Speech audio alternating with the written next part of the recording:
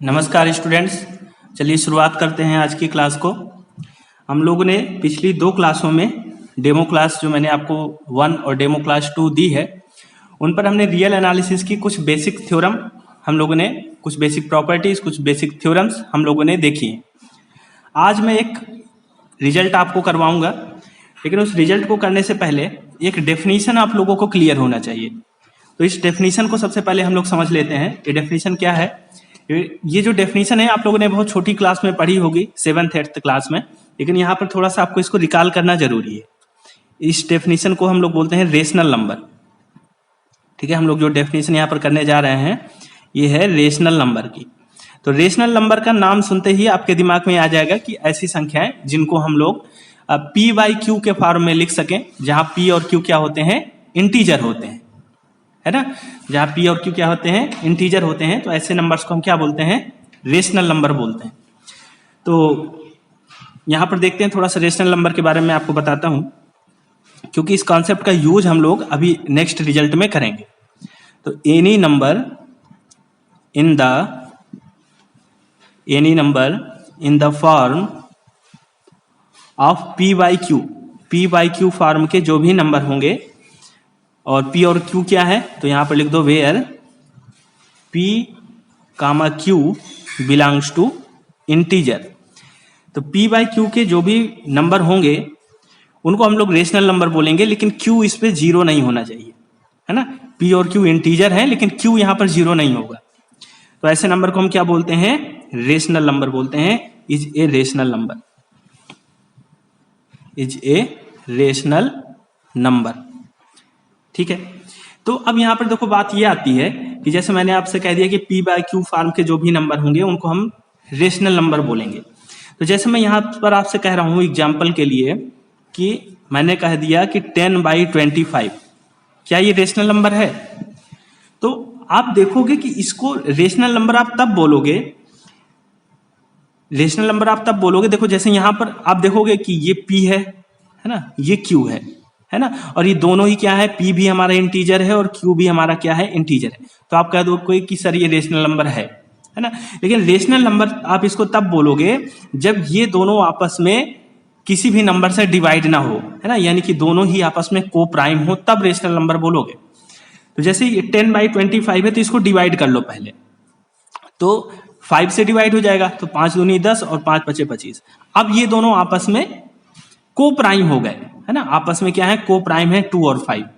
तो अब हम लोग इसको 2/5 को क्या बोलेंगे? रेशनल नंबर बोलेंगे। तो यहां पर आप लिखोगे कि रेशनल नंबर आप कब बोलोगे? इन सिंपलेस्ट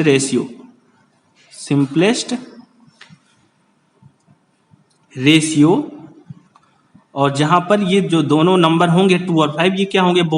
आपस में बोथ को प्राइम होंगे, बोथ आर को प्राइम। ये दोनों नंबर आपस में को प्राइम होने चाहिए। इस कॉन्सेप्ट का यूज हम लोग करेंगे। यदि रेशनल नंबर लिख रहे हैं तो ये दोनों आपस में क्या होंगे? को प्राइम होंगे। इंटीजर तो हैं और Q जीरो भी नहीं है, लेकिन ये आपस में को प्राइम होने चाहिए। ये बात आपको ध्यान रखना पड़ेगा। अब जैसे मैं आपसे कहूं कि 16/25 क्या ये रेशनल नंबर है? तो आप सबसे पहले देखो कि ये भी इंटीजर है, ये भी इंटीजर है ना। 25 जीरो भी नहीं है ना, यानी कि Q हमारा जीरो भी नहीं है। यहां पर लिख लो, ये भी हमारा, इसको P मान लो और इसको क्या मान लो? Q मान लो। तो दोनों ही हमारे इंटीजर हैं। ठीक है, इसको आप ऐसे कर लो। और P भी हमारा क्या है? इंटीजर है, और Q भी हमारा इंटीजर है, और Q हमारा जीरो भी नहीं है। तो रेशनल नंबर तो हम इसको कह सकते हैं। देखो क्या 16 और 25 आपस में को प्राइम है? तो आप कहोगे कि सर ये दोनों तो को प्राइम है आपस में, 16 और 25, है ना। तो ये हमारा क्या हो जाएगा? रेशनल नंबर हो जाएगा। तो यहां पर लिख सकते हो कि 16/25 belongs to rational number. Rational number को Q से डिनोट करते हैं, तो ऐसा हम लोग कह सकते हैं। ठीक है, यहां पर ऐसा भी कह सकते हो, सिंस 16 और 25 आर को प्राइम।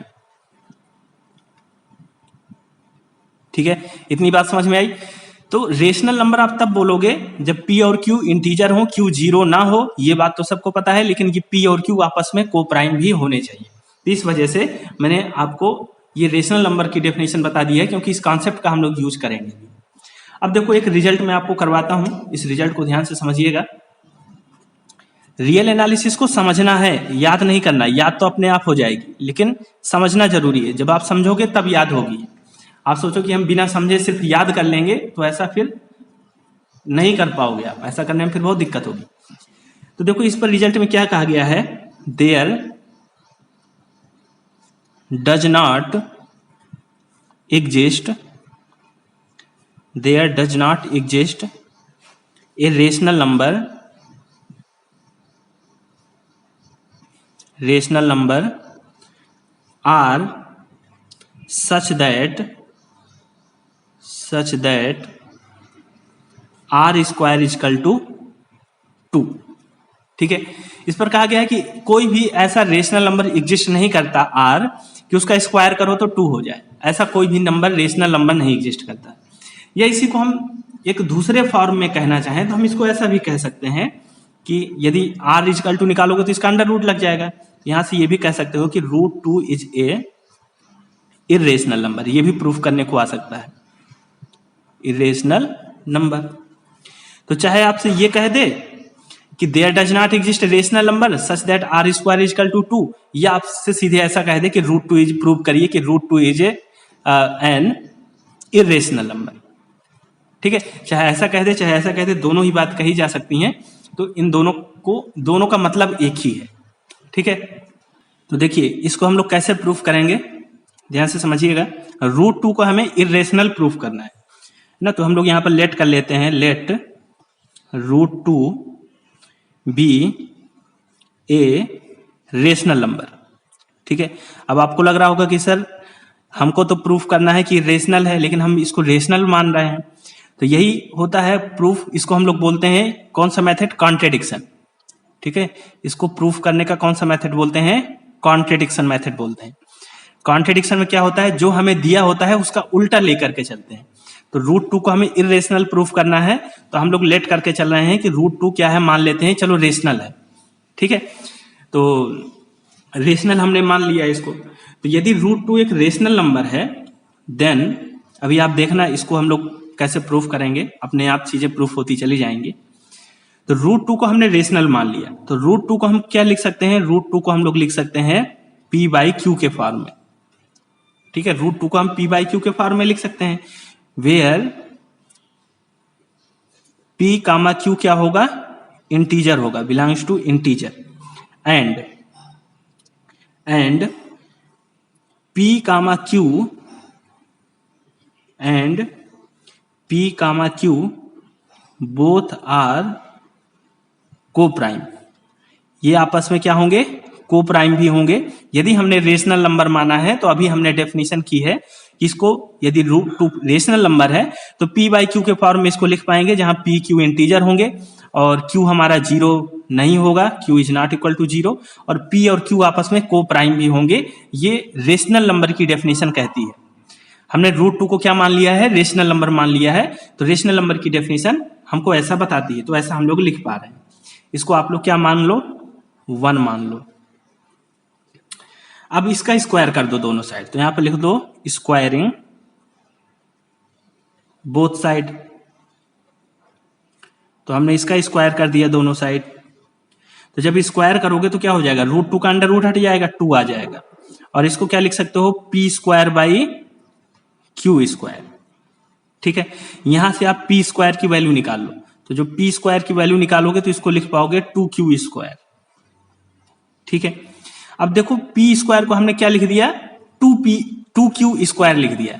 तो इसका मतलब क्या है, यहां से हम लोग कह सकते हैं p² इज इवन, है ना। p² की वैल्यू क्या है, 2 × q² है, तो 2 यदि आगे लगा है मल्टीपल में, इसका मतलब कि एक इवन नंबर है। तो p² एक इवन नंबर हो गया। ये एक रिजल्ट होता है कि यदि किसी नंबर का स्क्वायर यदि इवन है तो वो नंबर भी इवन होता है। तो p² यदि इवन है तो हम यहां से कह सकते हैं p इज इवन।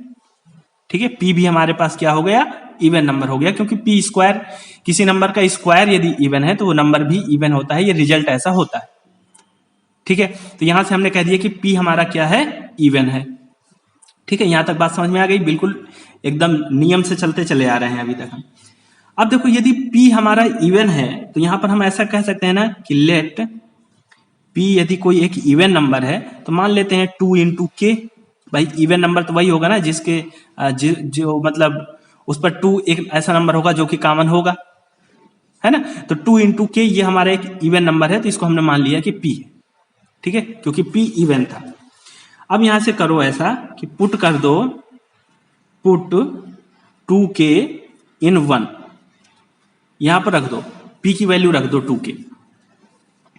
तो हमने यहां पर रख दिया वैल्यू, तो ये हो गया आपका √2 इज इक्वल टू p की जगह पर 2k रख दिया और यहां पर रख दिया q, ठीक है, और यहां पर रख दिया ना हमने। चलो ठीक है, अब इसके बाद यहां पर क्या करो, स्क्वायर कर दो। तो स्क्वायर कर दो, यहां पर स्क्वायरिंग बोथ साइड। तो यहां पर हमने इसको स्क्वायर भी कर दिया। तो जब आप इसका स्क्वायर करोगे तो √ हट जाएगा, 2 आ जाएगा। इसका स्क्वायर करोगे तो यहां पर आ जाएगा 4k स्क्वायर और बटे में क्या आ जाएगा बताओ, q स्क्वायर आ जाएगा, ठीक है। अब देखो यहां से देखो, यहां से आप q स्क्वायर निकाल लो। तो q स्क्वायर निकालोगे तो क्या आ जाएगा, 2 से 4 कैंसिल होगा तो 2k स्क्वायर आ जाएगा। तो यहां से हम क्या कह सकते हैं, यहां से हम ये कह सकते हैं जैसे p स्क्वायर को 2 इंटू क्यू स्क्वायर लिख पा रहे थे तो 2 आगे लगा था इसमें मल्टीपल में, तो हम लोग p स्क्वायर को इवन कह रहे थे। इसी तरह q स्क्वायर जो आया यहां पर भी इसके आगे 2 मल्टीपल में लगा हुआ है, तो यहां से हम क्या बोलेंगे कि q square is even, q square is even. तो q स्क्वायर इवन हो गया। तो अब q स्क्वायर यदि इवन हो गया तो यहां से हम कह सकते हैं किसी नंबर का यदि स्क्वायर इवन है तो वो नंबर भी इवन होगा, तो q इज आल्सो इवन, है ना। यदि आपका p भी इवन है और आपका q भी इवन है तो कम से कम एक फैक्टर 2 आपको जरूर मिल जाएगा दोनों में, है ना। लेकिन हमने p और q को क्या कहा था कि p और q बोथ को प्राइम होंगे, यानी कि इन दोनों में कुछ भी कॉमन नहीं होगा p और q में। लेकिन अब यहाँ पर एक फैक्टर 2 हमको कॉमन मिल जाएगा क्योंकि दोनों ही नंबर इवन है ना। तो यही चीज अब बस हमको लिख देना है। नेक्स्ट पेज पर चलते हैं। देखो यहां पर लिखेंगे since P and Q both are coprime, both are coprime, ये तो हम लोग लेकर के चले थे ना। तो ये हम जो लेकर के चले थे उसको को प्राइम लेकर के चले थे।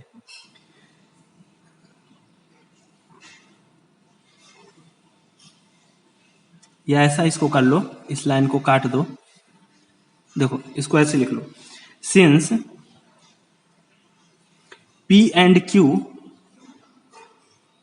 and Q both are even number, हमको दोनों नंबर कैसे मिल गए हैं, इवन नंबर मिल गए हैं, इवन, ठीक है। तो यदि दोनों इवन नंबर मिल गए हैं तो हम यहां से क्या कह सकते हैं, so at least 2 is a common factor, 2 is a common factor.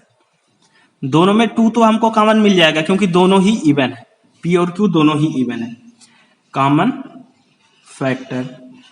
सो यहां से हम कह सकते हैं दे आर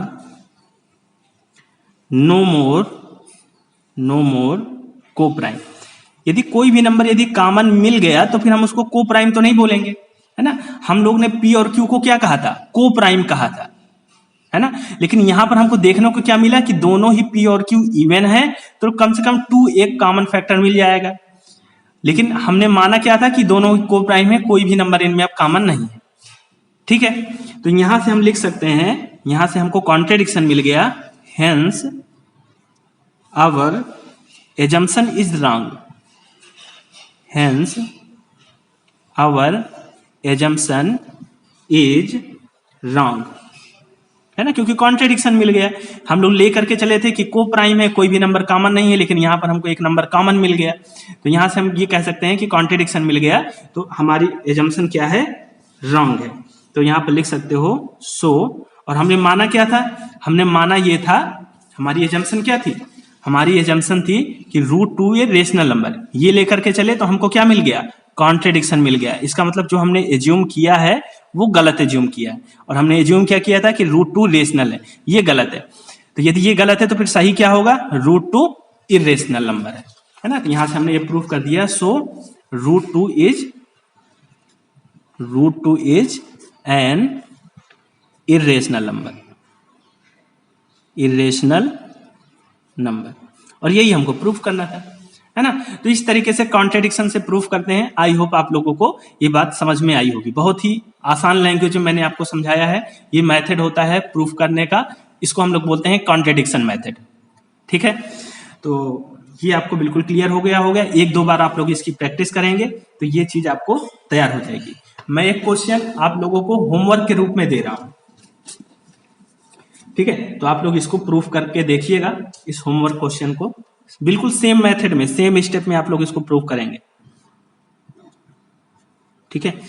होमवर्क, और ये आपके बुक का ही क्वेश्चन मैं आपको दे रहा हूं, तो इसको करके देखिएगा। So that there does not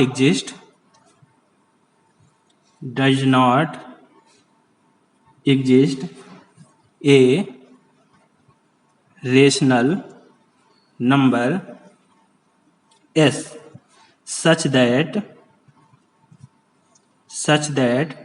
कि s स्क्वायर करें तो हमको क्या मिले, 6 मिले। ऐसा कोई रेशनल नंबर हमको नहीं मिलेगा।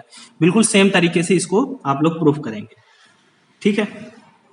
तो आप लोग इस क्वेश्चन को तो प्रूफ कर लेंगे, है ना। लेकिन देखो इसी क्वेश्चन में ना ऐसा नहीं है कि आप केवल एक ही मेथड से आप इसको प्रूफ करेंगे। आपके दिमाग में कोई अलग कॉन्सेप्ट आपके दिमाग में यदि आ रहा है तो आप उसको भी अप्लाई कर सकते हैं। जैसे मैं आपको एक हिंट दे रहा हूं, जैसे कि मान लो हमें क्या प्रूफ करना है, यहाँ पर हमें प्रूफ करना है दैट इज s² = 6 कोई रियल नंबर नहीं है, सॉरी रेशनल नंबर नहीं है।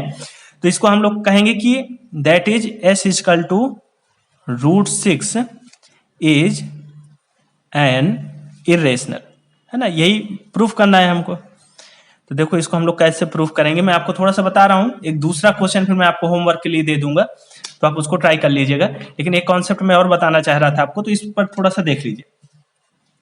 जैसे कि मान लीजिए हमको ये प्रूफ करना है कि s = √6 एक इरेशनल नंबर है। तो हम लोग मान लेते हैं इफ s = ये s है आपका, s = √6 is a rational number, ठीक है। हमने मान लिया कि क्या है, यदि ये रेशनल नंबर होगा, s = √6 हमको रेशनल नंबर मिल जाता है, देन हम क्या कहेंगे, देन हम ये कह सकते हैं द इक्वेशन। यदि हम इसको एक इक्वेशन बना लें, कैसे इक्वेशन बनाएंगे, s माइनस या s = s स्क्वायर कर दो, है ना। दोनों साइड स्क्वायर कर दिया तो s² क्या हो जाएगा, 6 would have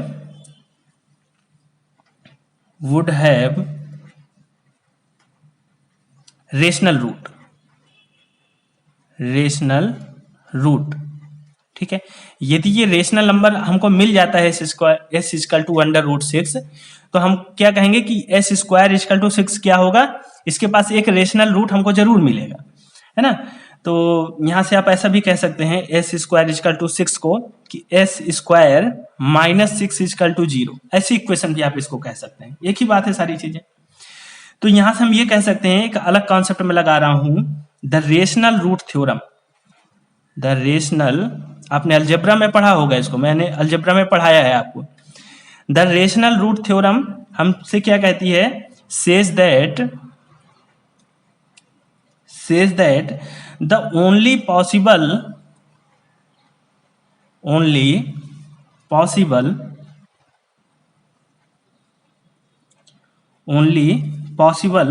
rational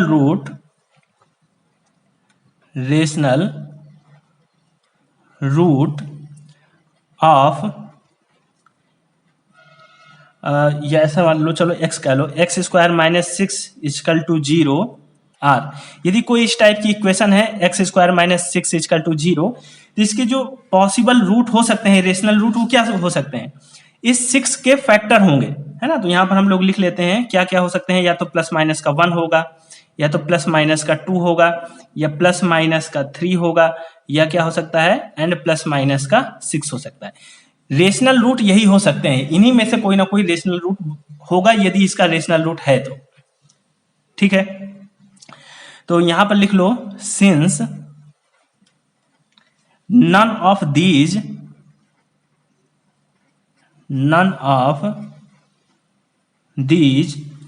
possible roots, इन सभी पॉसिबल रूट में से possible roots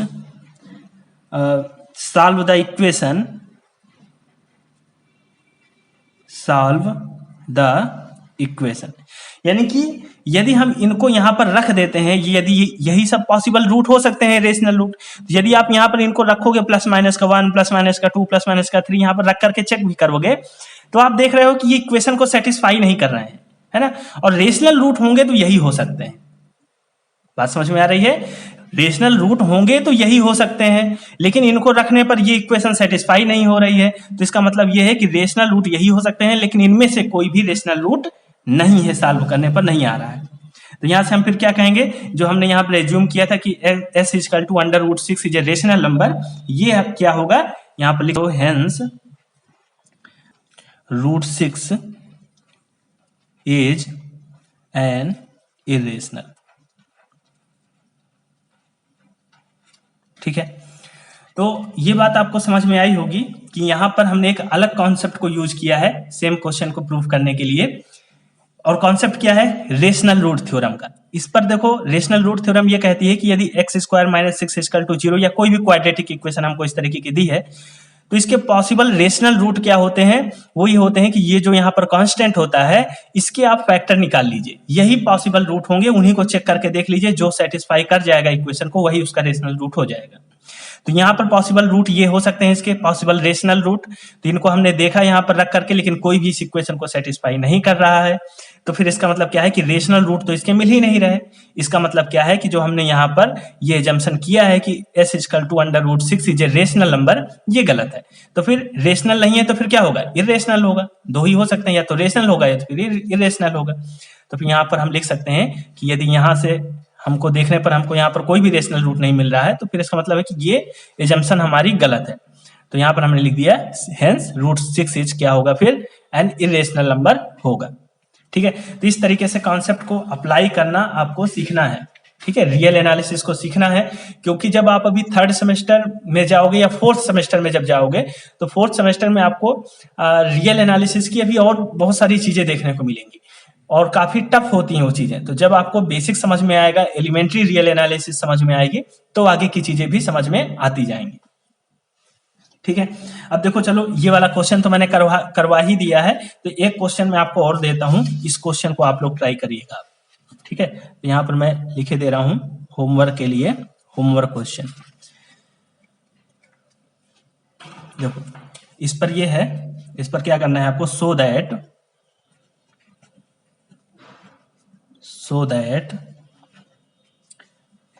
there does not exist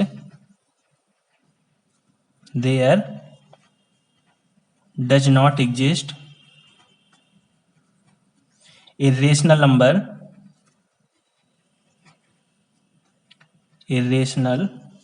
number t, ठीक है, t such that t square is equal to 3। तो ये क्वेश्चन आप लोग का होमवर्क क्वेश्चन है, किसी भी कॉन्सेप्ट से आप लोग इसको प्रूफ करो, तो इसको आप लोगों को प्रूफ करना है। ठीक है, कहीं कोई कठिनाई तो नहीं लग रही होगी मेरे पढ़ाने में, इंटरेस्ट आ रहा होगा आप लोग को बीएससी में, तो बस इंटरेस्ट मरना नहीं चाहिए, क्योंकि आप देखोगे, खुद अनुभव करोगे कि बहुत सारे, सभी कॉलेजों की तो बात नहीं करता मैं, लेकिन कुछ कॉलेजों में ऐसा रहता है कि मोस्टली कॉलेज की बात कर रहा हूँ, आपको वहां पर मैथमेटिक्स सीखने का जो उत्साह है वो आपका खत्म होने लगेगा। आपको लगेगा कि हमने गलत कोर्स चूज कर लिया है, तो गलत कोर्स नहीं चूज किया है, बल्कि पढ़ाने का तरीका गलत है। तो आप लोग यहाँ से, आपको यदि इंटरेस्ट आ रहा है तो आप इसकी पेड क्लासेस ज्वाइन कर सकते हैं, पेड बैच ज्वाइन कर सकते हैं और इन चीजों को सीख सकते हैं। ठीक है, चलो आगे बढ़ते हैं। अब देखो, मैं एक प्रॉब्लम आपको करवा रहा हूं, इस प्रॉब्लम को समझिएगा।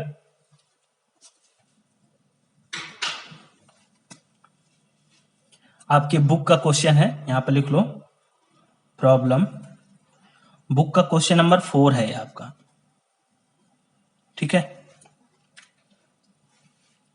इस पर क्या कहा गया है, इस पर कहा गया है कि if a belongs to real number, ये कहां बिलोंग कर रहा है, रियल नंबर से बिलोंग कर रहा है, कोई एक रियल नंबर है, तो यहां पर कहा है सेटिस्फाइज, किस तरीके का रियल नंबर है कि a इंटू ए करोगे तो आपको a ही मिल जाएगा, ठीक है। इस कंडीशन को सेटिस्फाई कर रहा है ये जो रियल नंबर है। तो कहा गया है prove that either a is equal to 0 और a इज इक्वल टू 1। तो ऐसा कहा गया है कि इसको प्रूव करिए, या तो a इज इक्वल टू 0 होगा या तो फिर a इज इक्वल टू 1 होगा, तभी इस कंडीशन को सेटिस्फाई करेगा, ठीक है। तो देखो आपके बुक का ही क्वेश्चन है, मैं इसको करवा रहा हूं और आप भी इसको थोड़ा सा प्रयास करिएगा एक बार, ठीक है, सॉल्व करने का, फिर इसके बाद इसके सोल्यूशन को देखिएगा। Let a belongs to real number, a हमारा कोई एक रियल नंबर है ना, सच दैट कि a इंटू ए करने पर हमको क्या मिल रहा है, a ही मिल जा रहा है, यानी इस कंडीशन को सेटिस्फाई कर रहा है ये a नंबर, ठीक है। अब देखो यहां से इस a को भी लेफ्ट हैंड साइड पर ले आओ, तो a into a minus a equal to 0 हो जाएगा, है ना, ऐसा हम लोग कर सकते हैं। अब देखो किसी भी नंबर के साथ यदि हम लोग 1 से मल्टीप्लाई कर दें तो कोई चेंज नहीं होता उस नंबर पर, है ना, तो हम लोग ऐसा कर सकते हैं, यहां पर हमने 1 से मल्टीप्लाई कर दिया, क्योंकि 1 क्या होता है, मल्टीप्लिकेटिव आइडेंटिटी होती है, हमने इसको पढ़ा है ना। तो 1 से हम किसी भी नंबर में मल्टीप्लाई कर सकते हैं तो उस नंबर में कोई चेंज नहीं होता है, तो हमने यहाँ पर 1 से मल्टीप्लाई कर दिया। अब देखो डिस्ट्रीब्यूटिव लॉ क्या कहता है, यदि हम लोग यहाँ से a को बाहर कर लें तो ये क्या बन जाएगा, यहाँ पर a बचेगा और यहाँ पर 1 बचेगा, यही तो कहता है डिस्ट्रीब्यूटिव लॉ कि a इंटू या ऐसा मान लो a इंटू बी माइनस सी यदि लिखा है तो ये a इंटू बी हो जाएगा और माइनस a इंटू सी हो जाएगा। तो ये डिस्ट्रीब्यूटिव लॉ यहाँ पर हमने अप्लाई कर दिया। डिस्ट्रीब्यूटिव लॉ तो इसी तरीके से ओपन होता है, मैंने आपको बताया है रियल नंबर के लिए डिस्ट्रीब्यूटिव लॉ, तो ये हमने यहाँ पर अप्लाई कर दिया। अब देखो इन दो नंबर का मल्टीप्लीकेशन 0 है ना, तो मैंने आपको एक रिजल्ट करवाया हुआ था, ये रिजल्ट मैंने क्या करवाया था उसको मैं यहाँ पर मेंशन किए दे रहा हूं। हमने कहा था कि यदि a into b equal to यदि 0 हमको दिया है तो या तो a इजकल टू 0 होगा या तो फिर b इजकल टू 0 होगा, ये रिजल्ट मैंने प्रूफ करवाया है आपको। तो इस रिजल्ट को यदि हम लोग यहाँ पर अप्लाई कर दें तो यहाँ पर हम लोग कह सकते हैं कि दिस इम्प्लाइज, या तो यहाँ पर a इजकल टू 0 होगा, है ना, ये a हो गया, इस पूरे को b मान लो, या हम यहाँ से कह सकते हैं और a माइनस 1 इजकल टू 0 होगा, ठीक है। तो a इजकल टू 0 तो ठीक है, यहाँ से लिखा रहने दो, और a दोनों साइड ऐड कर दो तो यहाँ पर लिख सकते हैं a इजकल टू 1। तो यही हमको प्रूफ करना था कि a या तो 0 होगा या a इजकल टू 1 होगा, वो हमने यहाँ से प्रूफ कर दिया कि या तो a 0 आया है या तो a 1 होगा, ठीक है। तो अच्छा क्वेश्चन है, इंटरेस्ट जगा होगा आपका इससे क्वेश्चन से भी, है ना। इसी तरीके से क्वेश्चन को सॉल्व करिए और इंटरेस्ट को जगाइए और सीखिए, ये मत सोचिए कि हमको सॉल्यूशन मिल जाए तो हम सॉल्यूशन देख लें, उसको प्रूफ करने की कोशिश करिए। तो जब आप स्वयं प्रूफ करने की कोशिश करेंगे तब आप सीख पाएंगे, ठीक है। मैं जो बिल्कुल सही बात है वो है आपको बता रहा हूँ, ये 11th-12th की चीजें नहीं है कि हमको सॉल्यूशन मिल जाए हमने कर लिया बस खत्म कहानी।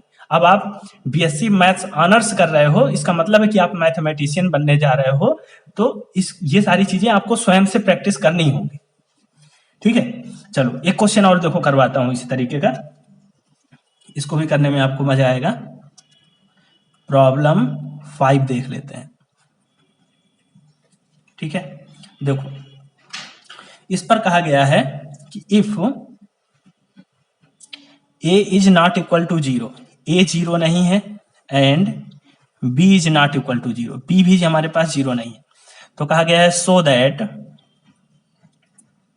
That 1 by A B is equal to 1 by A और 1 बाई बी, ऐसा लिख सकते हैं हम लोग, ठीक है। तो अब देखो इसको कैसे हम लोग प्रूफ करेंगे, कैसे शो करेंगे। तो यहां लिखो टू शो, हमें शो करना है 1 by A B is equal to 1 by A और 1 by B.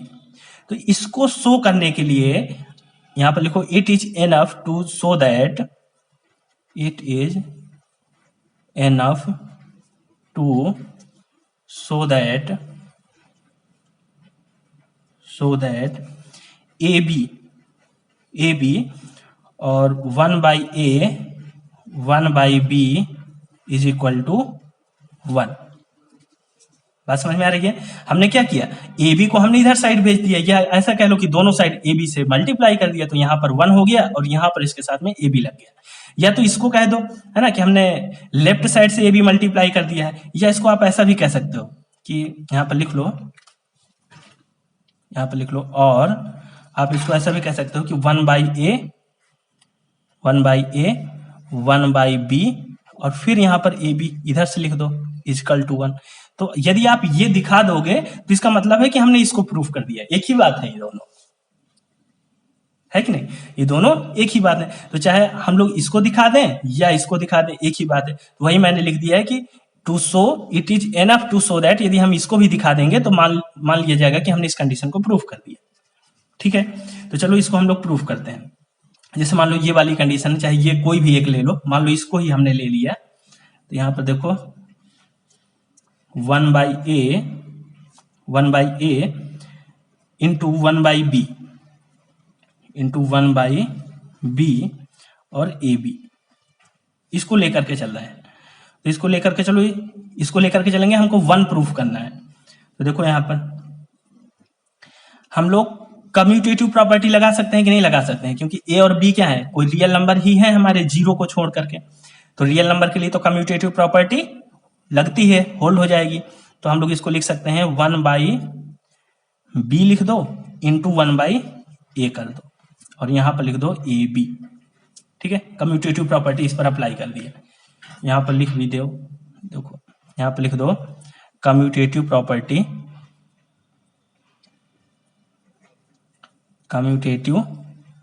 Property with respect to multiplication. ठीक है, मल्टीप्लीकेशन के रिस्पेक्ट में हमने कम्यूटेटिव प्रॉपर्टी अप्लाई कर दी। अब इसके बाद क्या कर सकते हैं, एसोसिएटिव प्रॉपर्टी अप्लाई कर सकते हैं। तो किन दोनों को साथ में रखेंगे, तो 1/a और a को साथ कर दो, है ना। तो यहां पर हमने 1/b को बाहर कर दिया और साथ में रख दिया 1/a को, और a को एक साथ कर दिया, और यहाँ पर b हो गया। तो यहाँ पर भी प्रॉपर्टी मेंशन करना पड़ेगा। तो प्रॉपर्टी आप मेंशन करो, कौन सी प्रॉपर्टी है ये, तो यहाँ पे लिख दो associative property with respect to multiplication. ठीक है, ऐसा कर दो।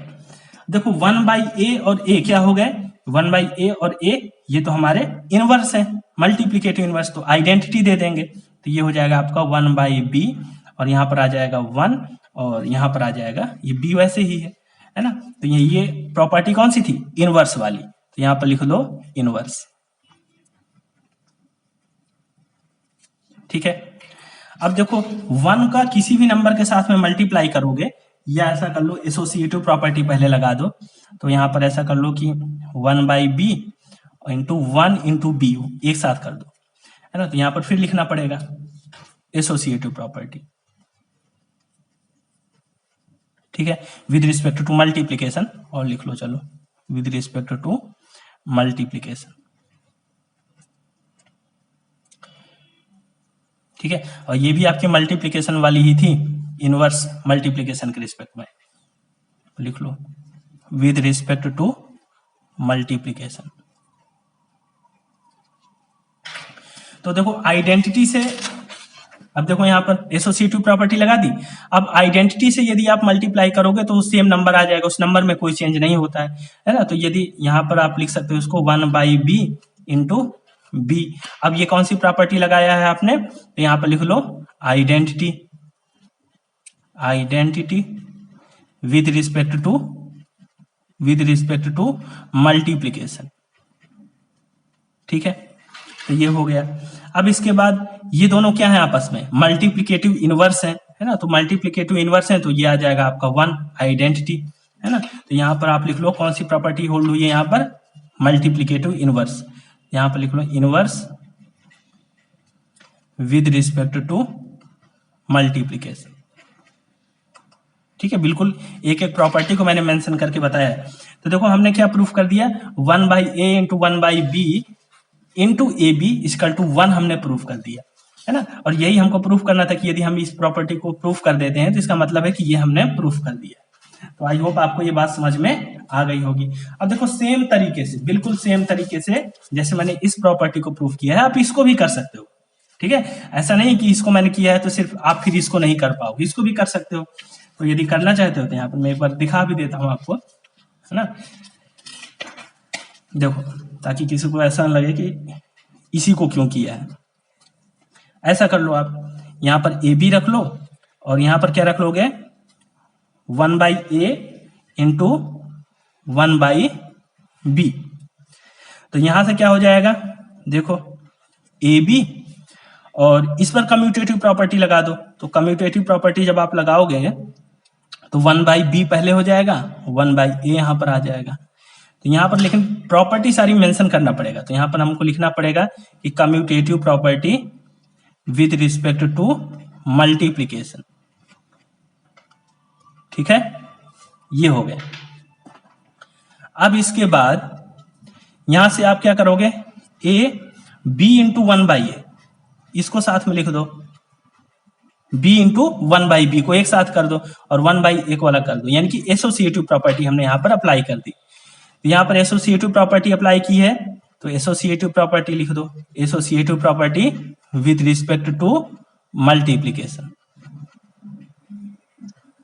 ठीक है, अब देखो इसके बाद b into 1/b, b into 1/b, ये क्या है, आपस में इनवर्स है। तो इनवर्स है तो ये 1 हो जाएंगे, है ना। तो यहां पर हम लोग नेक्स्ट पेज पर लिखते हैं, ये आपके हो जाएंगे,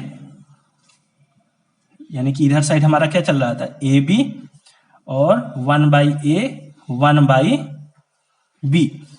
तो इधर साइड क्या आ गया, a आ गया और ये हमारा 1 हो गया और 1/a हो गया। तो ये हमने क्या किया, यहां पर इनवर्स अप्लाई किया है ना, इनवर्स अप्लाई किया है। इनवर्स, इसको दूसरे पेन से लिखो, inverse with respect to multiplication. समझ में आ रही बात। अब यहां पर फिर एसोसिएटिव प्रॉपर्टी लगा दो, इन दोनों को एक साथ कर दो। तो a इंटू 1 कर दिया, a इंटू 1 कर दिया और इधर 1/a है। तो a इंटू 1 है ना, यानी कि एसोसिएटिव प्रॉपर्टी लगाया है। तो इसको भी लिखो, associative property with respect to multiplication. अब इसके बाद 1 को किसी भी नंबर के साथ में मल्टीप्लाई करोगे तो सेम नंबर आ जाएगा, नंबर पर कोई चेंज नहीं होता। ये कौन सी प्रॉपर्टी है, आइडेंटिटी, है ना, identity with respect to multiplication. तो ये हो गया a और ये हो गया 1/a। यहां पर लिख दो कि identity with respect to multiplication, with respect to multiplication. ठीक है, अब a और 1/a क्या है, ये आपस में इनवर्स है। तो इनवर्स है तो फिर ये आइडेंटिटी देगा, 1 दे देगा। तो यहां पर कौन सी प्रॉपर्टी हमने अप्लाई की है, यहां पर हमने अप्लाई की है इनवर्स। तो यहां पर लिख दो inverse with respect to multiplication, with respect to multiplication. ठीक है, तो इस तरीके से देखो ए बी 1/a 1/b को लेकर के चले तब भी हमारा 1 यानी कि 1 आ गया, और ए बी को हमने राइट साइड से मल्टीप्लाई किया तब भी हमारा 1 आ गया। यानी कि ये वाली जो कंडीशन हमने यहाँ पर कहा था कि इसको प्रूफ करने के लिए यदि हम ये कंडीशन या ये कंडीशन हम दिखा देते हैं तो हमने ये कंडीशन प्रूफ कर दी। तो हमने ये दोनों ही कंडीशन दिखा दी, दोनों ही कंडीशन में 1 हमने प्रूफ करके दिखाया। इसका मतलब क्या है, यदि a और b हमारे 0 नहीं है तो ये कंडीशन हमने प्रूफ कर दी। तो यहां पर लिख दो, अब यहां पर लिख दो जो हमने प्रूफ किया है, यहां पर लिख दो 10 a is not equal to 0, यदि a 0 नहीं है और b is not equal to 0, b भी हमारे पास 0 नहीं है, तो हमने प्रूफ कर दिया 10 कि 1/ab is equal to 1/a 1/b। ठीक है, हेंस प्रूव्ड। तो इस तरीके से क्वेश्चंस को आपको सॉल्व करना है और कॉन्सेप्ट को अप्लाई करना सीखना है। ठीक है, कहीं कोई नई चीज मैंने यूज नहीं की है, बिल्कुल जो चीजें मैंने सिखाई हैं अभी तक पिछली क्लासों में, उन्हीं का यूज करके हम लोग आगे बढ़ते जा रहे हैं। तो इस तरीके से ये नहीं है होता रियल एनालिसिस में कि आपने एक बार पढ़ लिया, चीज समझ में आ गई तो आप एग्जाम में लिख पाओगे। ठीक है, तो आपको क्या करना होगा, प्रैक्टिस करना होगा, लिख लिख करके प्रैक्टिस करना होगा। समझ में तो आ गई चीजें, लेकिन ऐसा नहीं कि हाँ सर हमें समझ में आ गई तो हम एग्जाम में लिख ले जाएंगे। जब तक आप प्रैक्टिस नहीं करोगे लिख करके, तब तक एग्जाम में फिर लिख नहीं पाओगे। तो इस वजह से समझो और समझने के बाद लिखने की प्रैक्टिस जरूर करो। जब लिखोगे तो फिर एग्जाम में भी लिख पाओगे। तो आई होप आज की क्लास आपको समझ में आई होगी। ठीक है, आप लोग रिवीजन करते रहिए, प्रैक्टिस करते रहिए, और यदि आपको क्लासेस अच्छी लग रही हैं, मेरे बताने का तरीका अच्छा लग रहा है और मेरे बताने से चीजें आपके लिए आसान हो रही हैं, तो आप लोग हमारा पेड बैच ज्वाइन कर सकते हैं एलिमेंट्री रियल एनालिसिस के लिए। ठीक है, और कैसे ज्वाइन करना है वो मैंने आपको बता दिया है, नंबर अपना दे रखा है, आप लोग कांटेक्ट करिए, फीस इत्यादि की जानकारी ले लीजिए और बैच ज्वाइन करिए और सीखिए चीजों को। ठीक है, इससे आप सीखोगे भी और आपके इस सेमेस्टर एग्जाम में अच्छे नंबर भी आएंगे, और जब अच्छे नंबर आएंगे तो आपका कॉन्फिडेंस भी बढ़ेगा कि आपने सीखा है। ठीक है, तो ये सारी चीजें हैं। तो आज की क्लास आई होप कि आप लोगों को अच्छी लगी होगी। यदि क्लास अच्छी लगी है तो वीडियो को लाइक करिएगा। ठीक है, हम लोग मिलते हैं नेक्स्ट क्लास पर। Thank you.